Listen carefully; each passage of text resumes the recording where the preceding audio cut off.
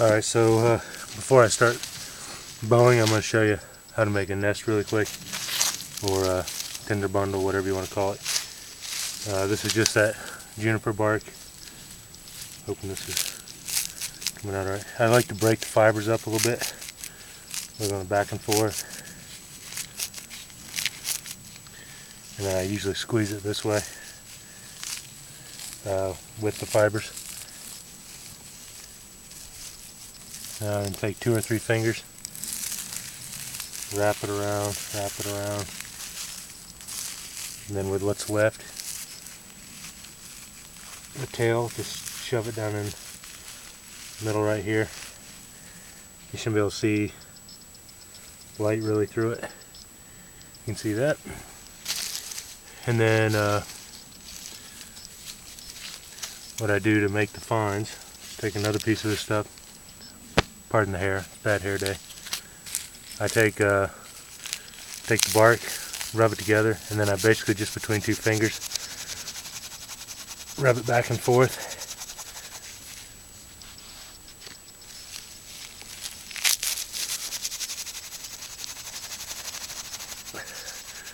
A couple minutes.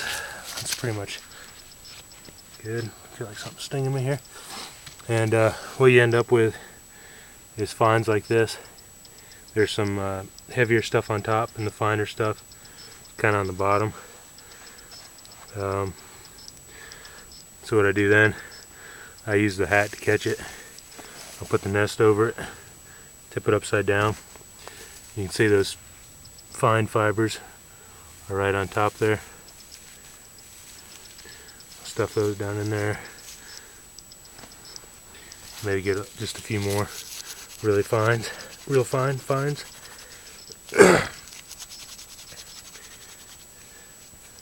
Okay, and some more.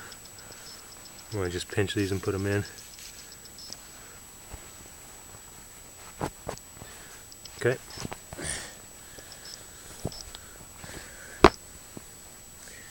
Alright, so there's the nest. And yeah. So I'll set that down right here. The fire method I wanted to show you today was bow drilling, and I see a lot of people using the notch method where they have a hole on the side of the board and they have a V notch cut into it, and that works really well.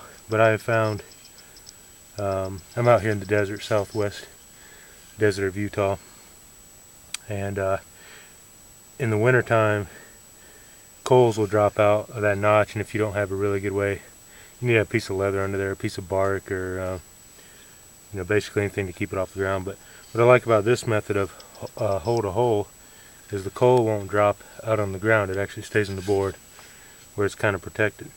So I can't really tell exactly what I'm showing y'all from this side of the camera, but hopefully you'll be able to see where I bow one hole in to the board, and then I bow another one right next to it, and then I notch it, and it's got a U notch instead of a V-shaped notch. It's more U-shaped.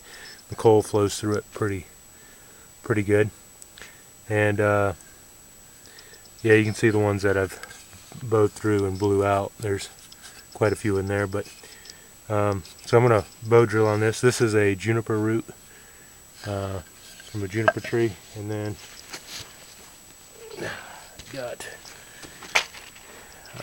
I'm on a little break right now at work, so I'm doing this while I can. This is one of my spindles. It's a sage spindle. It's pretty big. It takes quite a bit of down pressure, but not too bad.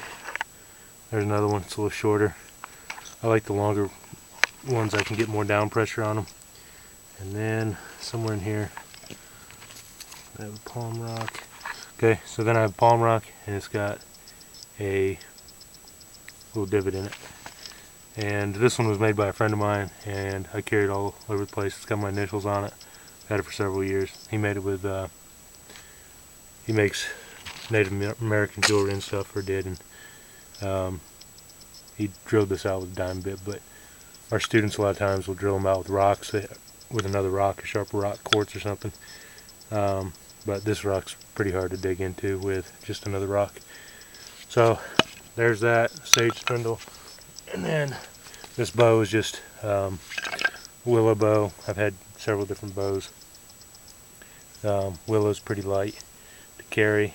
I work with at-risk youth, and we are backpacking for several days at a time, so lighter is always better for me most of the time. But this is willow and just some nylon cord. And so hopefully, well, I'm going to set this down and then adjust the camera. And I may or may not edit this later. Let's see.